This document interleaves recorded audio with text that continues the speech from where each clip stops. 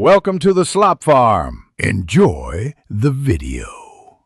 You start by confirming prerequisites, Python 3, 8+, pip, and repository access. Once those are present, install Pyre Keeper and create a minimal config file with your API keys and target paths. Then run Pyre Keeper init in your project root to scaffold necessary files. This writes default rules so you have a baseline. Make sure to version control the generated config, but keep secrets out of Git. This gets you instantly into the operational workflow without extra delay. Once init finishes, open the rules. YAML and tailor scanning rules to your codebase, include paths, severity thresholds, and safe exclusions. Next, integrate Pyre Keeper into CI by adding a scan step that runs on pull requests and merges.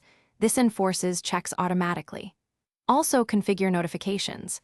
Pick email, Slack, or a webhook and map severities to channels.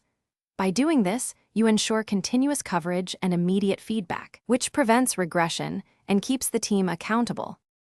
You finish by running a full scan locally and addressing the highest severity findings first. This reduces noise and shows immediate value. Once done, validate results in CI and adjust thresholds if you see false positives. Use the verbose flag and generated logs to trace why an item triggered. If scans fail or behave oddly, reset your config and compare it to the default scaffold to spot edits causing issues. One key tip: rerun with clean environment to isolate persistent failures. Thanks for watching. Consider subscribing if we helped you today.